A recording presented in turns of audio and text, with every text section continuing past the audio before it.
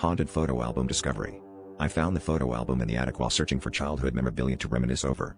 Dusty and forgotten, it was stuffed between an old teddy bear and a cracked lamp. As I flipped through the pages, nostalgia took over, until I noticed the face of a stranger in one of the photos.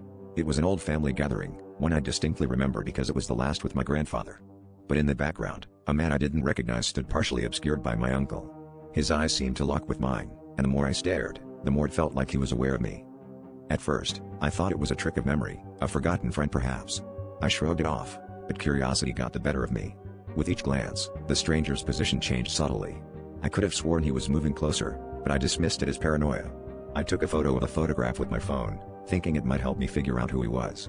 When I checked the photo later, the stranger now stood in the foreground, closer than I could have imagined, wearing an unsettling grin. My heart raced, but I convinced myself it was a glitch. Over the next few days, I tried to ignore it, but the stranger haunted me.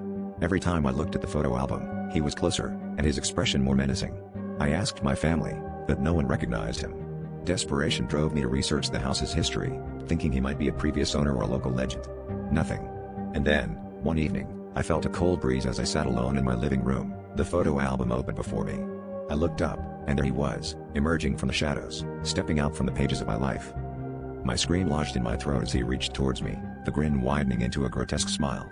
I stumbled back, knocking over the coffee table, my phone skidding across the floor. In a panic, I grabbed the album and threw it into the fireplace, hoping to sever whatever connection he had to my world. The flames roared to life, and the stranger's face twisted in anger before crumbling into ash. I stood there, breathless and trembling, the eerie silence of the room settling into my bones, knowing I might have just prevented something far worse from stepping through. But in the back of my mind, I feared what else might be waiting for a chance to escape.